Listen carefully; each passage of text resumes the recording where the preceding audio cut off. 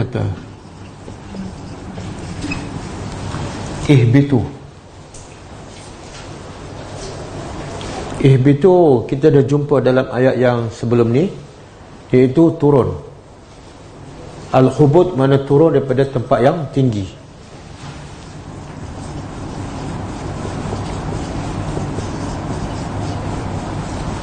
Kalau sebelum ayat ni Allah sebut ihbitu, apa dia?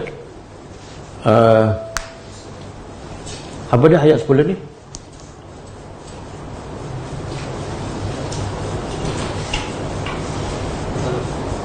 Tak, sebelum tu lagi. Kemudian Aqulnah bitu.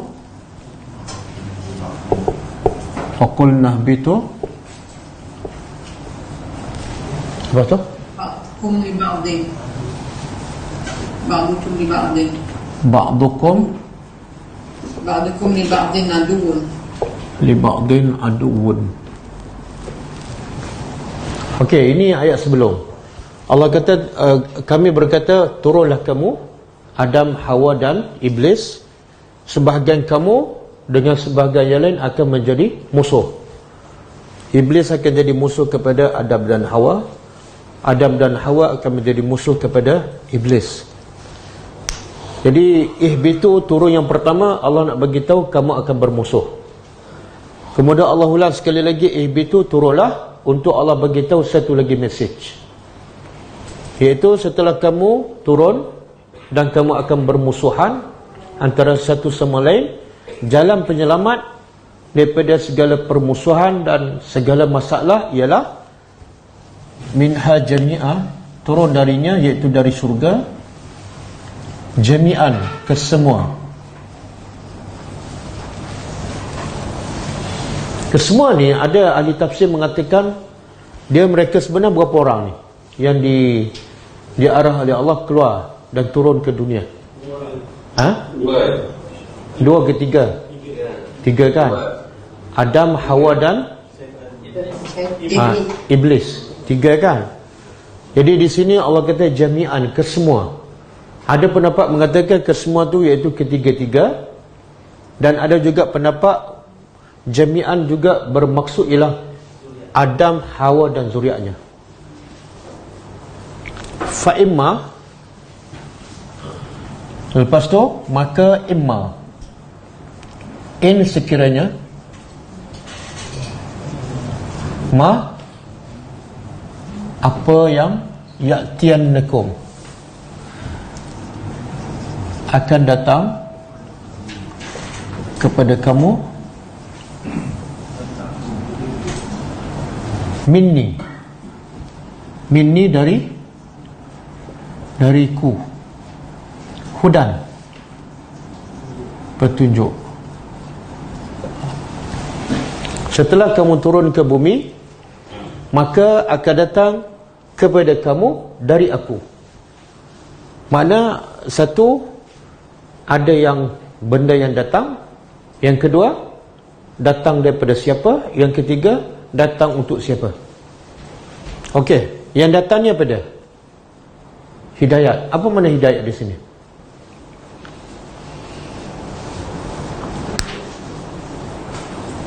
Apa makna hidayat?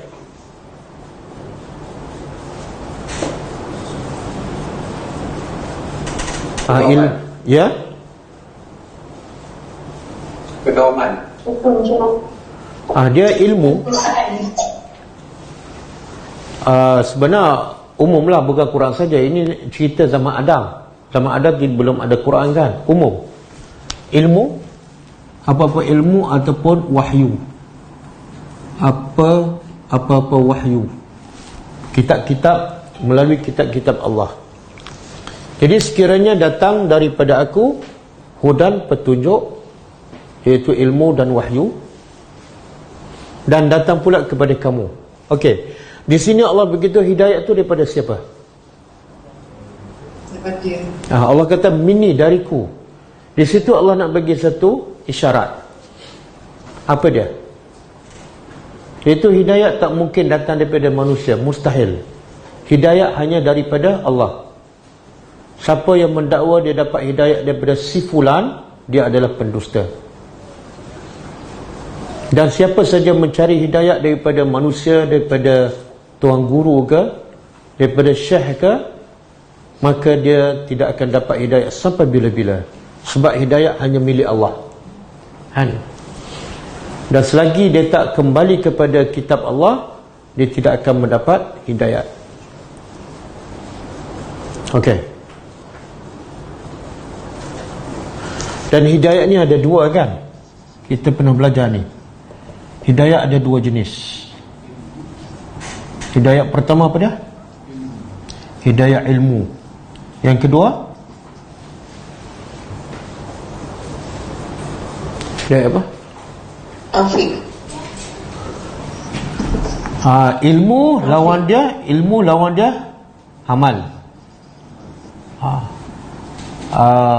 Satu lagi selain pada hidayah ilmu, nama dia juga ialah hidayah dilalah, petunjuk. Dan dilalah lawan dia taufik.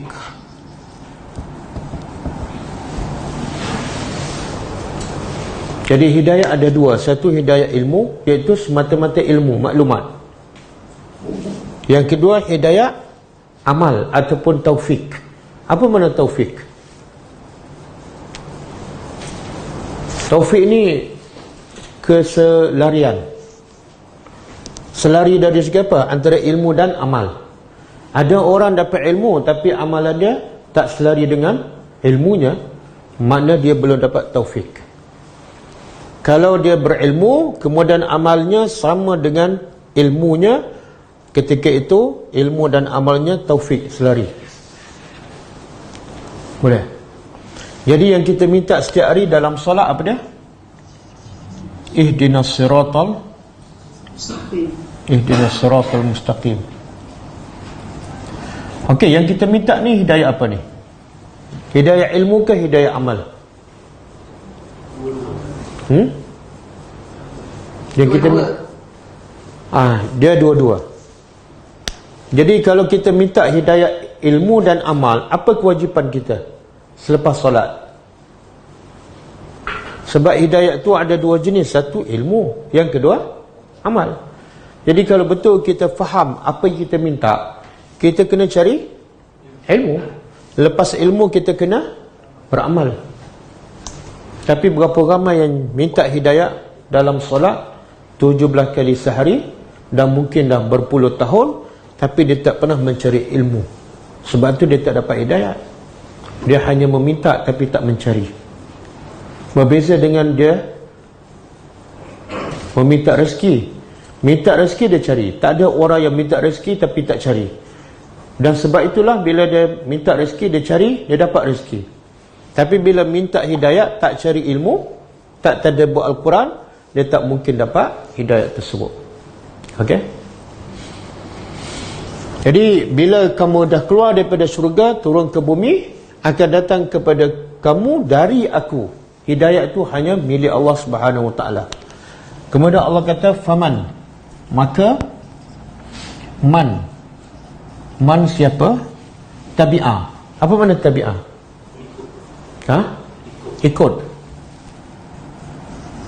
Ikut hudaya, petunjukku.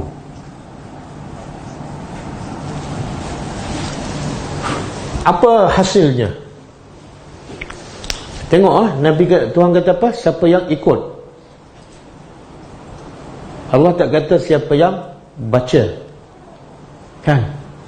Allah tak kata siapa yang khatam.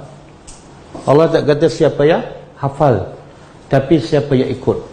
Jadi hidayah ni kena ikut. Tak cukup dengan baca, tak cukup dengan hafal. Mesti ada proses tabi'ah. Ikut. Okey, syarat nak ikut mesti apa? Syarat nak ikut mesti ada ilmu dan mesti kita faham. Jadi mana mungkin kita ikut Al-Quran tapi kita tak faham, kita tak berilmu. Okey? Okey, bila kita ikut hidayah Allah, ikut Al-Quran, dalam konteks kita sekarang ikut Al-Quran, apa hasil kita dapat? Saya nak tanya, apa kita dapat? Siapa ada pengalaman? Bila dia ikut Quran, dia rasa dapat sesuatu.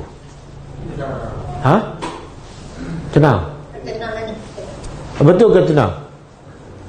Apa bukti kita tenang? Ramai orang mendakwah, saya ikut Quran rasa tenang je. Apa bukti dia tenang? Ha? Sabar. Ramai orang mendakwa dia puas. Apa bukti dia tenang? Senang buat amal. Ha? Senang buat amal. Bukti dia tenang ialah sebab tu Allah adakan ujian untuk manusia. Untuk apa? Untuk membuktikan bahawa manusia ni benar-benar beriman ataupun tidak. Allah bagi ujian.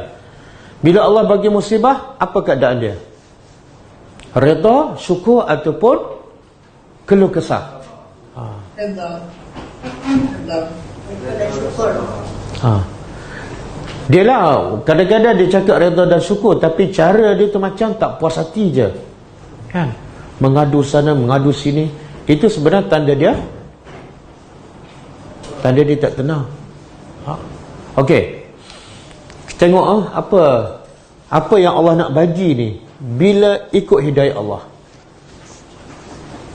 Kalau satu syarikat besar, dia kata kalau ikut peraturan dia bagi apa biasanya? Bonus.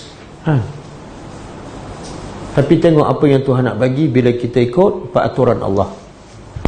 Fala khaufun, maka la khaufun, tidak ada Ketakutan. Ada khaufun, khauf ketakutan, alaihim, ke atas mereka. Tak takut.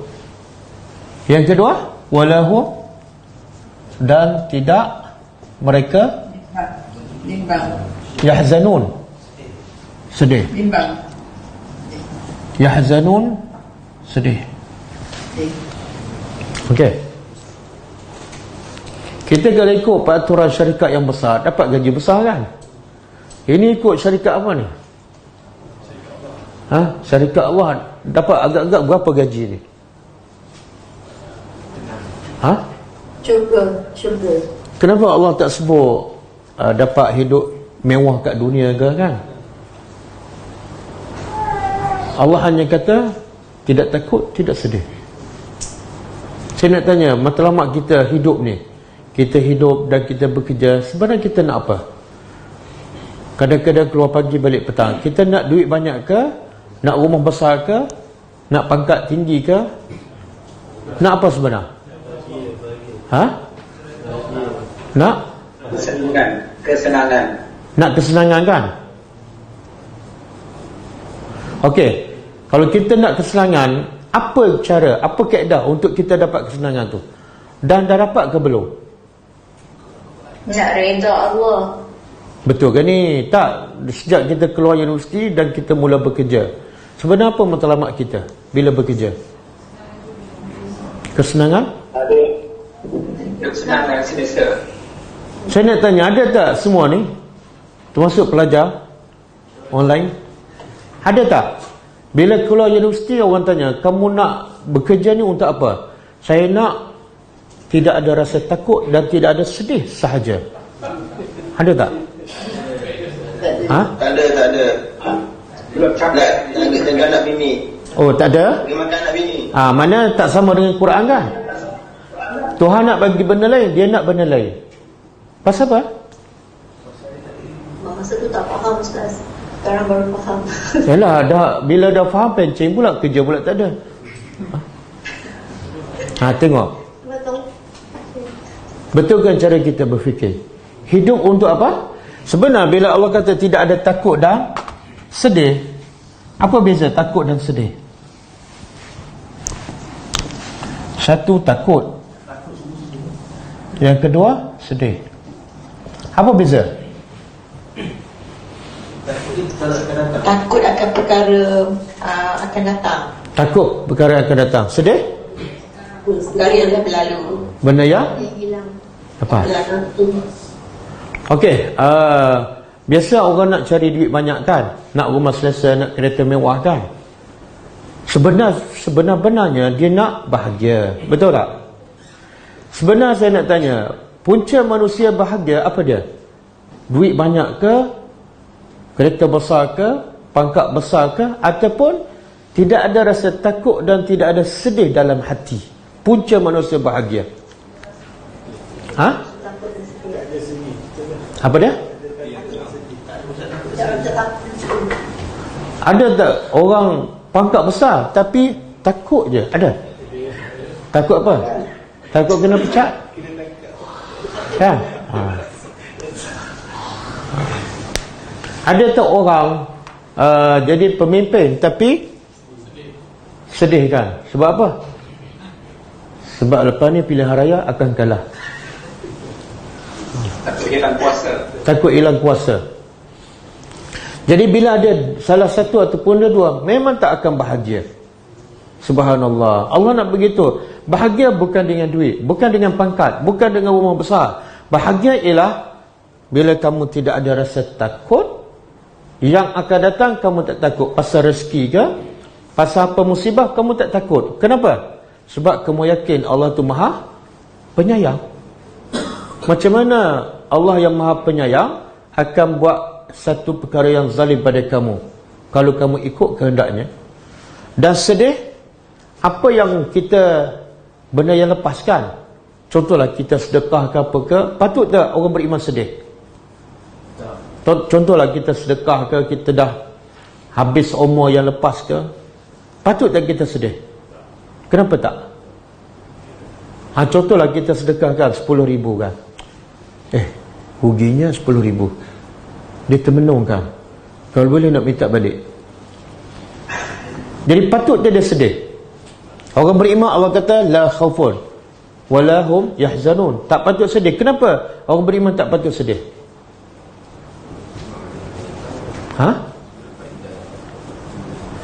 Tak, kan Allah dah janji. Allah janji siapa yang sedekah dia dapat berapa? Dia sedekah RM10. Allah bagi berapa? 700. Katalah 700 kali 700 berapa? 7,000. 7? Okey. Cuba tengok. Orang beriman dia bagi RM10, dia akan dapat 7K. Patut tak dia sedih? Yang sedih siapa? Yang tak percaya dia akan dapat 7K. Kenapa dia tak percaya? Sebab dia tak ikut hidayah Allah. Sebab itulah orang ni bila tak percaya pada janji Allah, bila tak ikut hidayah Allah, dia akan jadi kedekut. Kenapa? Dia risau yang RM10 ni. Yang 7K dia tak percaya. Boleh faham?